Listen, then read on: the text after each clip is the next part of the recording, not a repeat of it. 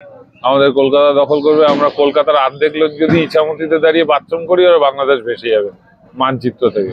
বাংলাদেশিরা ভারতকে ঘিরে নিতে পারবে, সহজ হয়ে যাবে, সস্তা। আমরা হেঁটে গেলে বাংলাদেশ মরে যাবে। আমরা না থাকলে তো স্বাধীনই হতো না।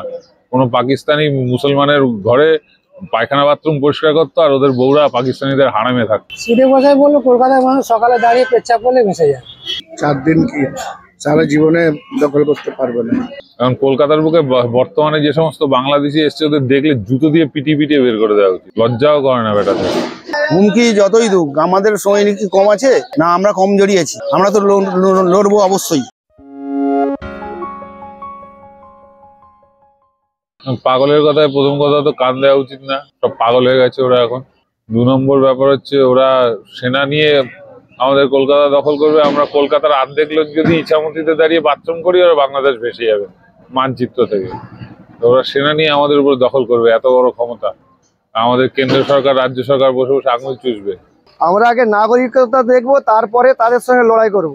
তাদের কি হেতা আছে না আছে সেটাকে তো দেখবো, আর আমার কি আছে না আছে আমরা সেটা দেখাবো। টিকা পরের চিন্তা পরে, আগে তো সার্টিফিকেট, পরে টিকার চিন্তা। দখল করে নেবে সার্টিফিকেট, দখলের সময় সে বোঝা যাবে যে আসবে। ওদিক থেকে এদিকে আসতে গেলে তাকে তার সার্টিফিকেট দেখাতে হয়, ঠিক আছে? তারপরে তো ক্ষমতা গায়ের। বাংলাদেশে যা হচ্ছে প্রচন্ডভাবে অন্যায় হচ্ছে, এটা আমরা খুব দুঃখিত। কিন্তু যারা ভাবছে যে আমাদের কলকাতা দখল করবে, সে স্বপ্ন না ভাবাটাই ভালো। ওখানে করছে, ওটা করা উচিত না। এটা ভালো, আমরা কিছু বলছি না, করতে পারছি না, করেও চেষ্টা করে করতে পারছি না আমরা। কিন্তু ওটা করা না থামালে খুব তোমাদেরই খুব খারাপ হবে। আর কলকাতার দিকে চোখ লাগাবে না, চোখ লাগালে আরো খুব খারাপ হয়ে। আমাদের ভারতের লোক কি নাগরিক ছেড়ে দেবে? দেশের জন্য আমরা অবশ্যই লড়বো, তার জন্য যা করতে হয় আমরা করব। হুমকি যতই দুক আমাদের সৈনিক কি কম আছে না আমরা কম জড়িয়েছি? আমরা তো লড়বো অবশ্যই, আমাদের ভয়ের কোনো কারণ নেই। ওরা যেটা বলে হাসিনাকে তাড়িয়েছিল, আসলে এরা দখল করছে, পেছনে পাকিস্তান চীন আছে। এবং নরেন্দ্র মোদীর যে শাসনটা চলছে সেখানে যে মুসলিমগুলো আছে তাদেরকে উত্তপ্ত করতে এই কথাগুলো বলা হয়। নাহলে চীন পাকিস্তান, এই যে আজকে যেমন কাগজ দেখলাম হচ্ছে পাকিস্তান সব রকম সাহায্য করে বলছে। তার মানে তাদের বোঝা যাচ্ছে পাকিস্তানের মধ্যে আছে, ওরা পাকিস্তানকে নিজেদের বন্ধু দেশ ভাবছে এখন। ওদের মনে হয় মেরে কেটে 40টা না 45টা প্লেন আছে। আমাদের তো 4000-এর উপরে ফাইটার আছে। ট্যাঙ্কও তো আমাদের 100 ভাগের 1 ভাগও নেই। আমরা যদি আর্ধেকও লাগবে না, আমাদের যা সেনা আছে তার 10 ভাগের 1 ভাগও যদি নামাই, ওরা মানচিত্র থেকে উড়ে যাবে।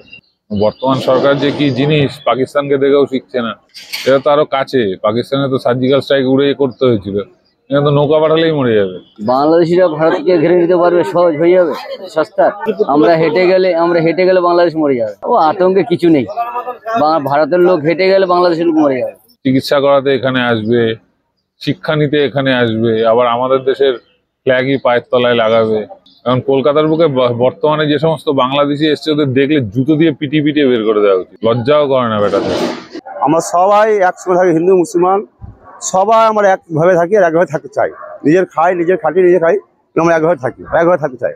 ওরা যদি ভালো চাই, পাকিস্তান বাংলাদেশ ভালো থাকতে পারে, থাকো, নাহলে আমাদের অবস্থা খুব ভালো হবে না, খুব খারাপ পরিস্থিতি মনে যাচ্ছ আর চলে যাওয়া।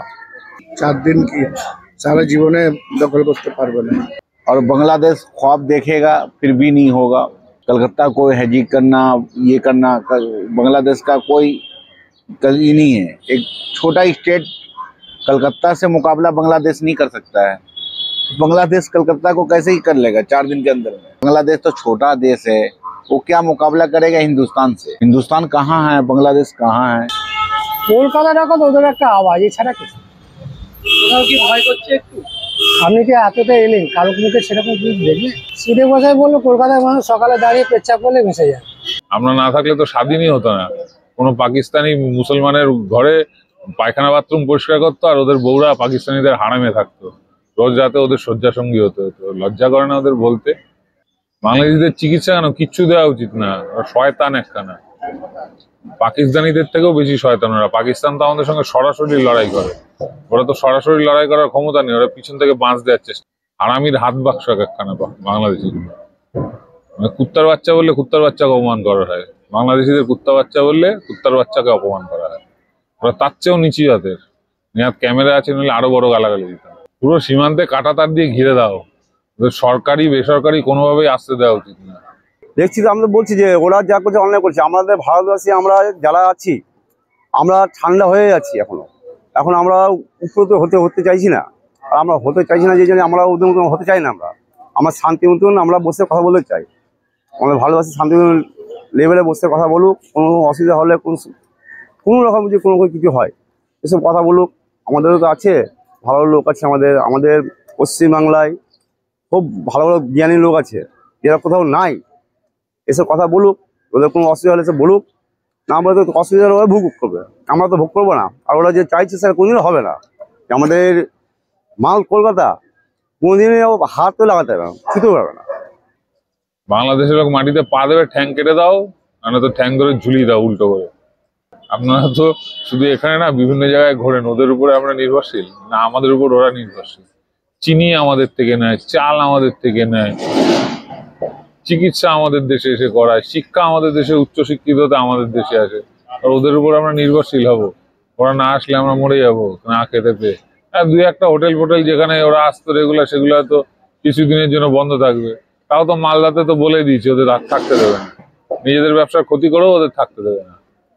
সবার আগে দাদা দেশ, খেতে পাই না পাই, আমার দেশের পতাকাকে মাটির তলায় রেখে পা দিয়ে পাড়াবে, আমি না খেতে পেলেও ওদের মারবো।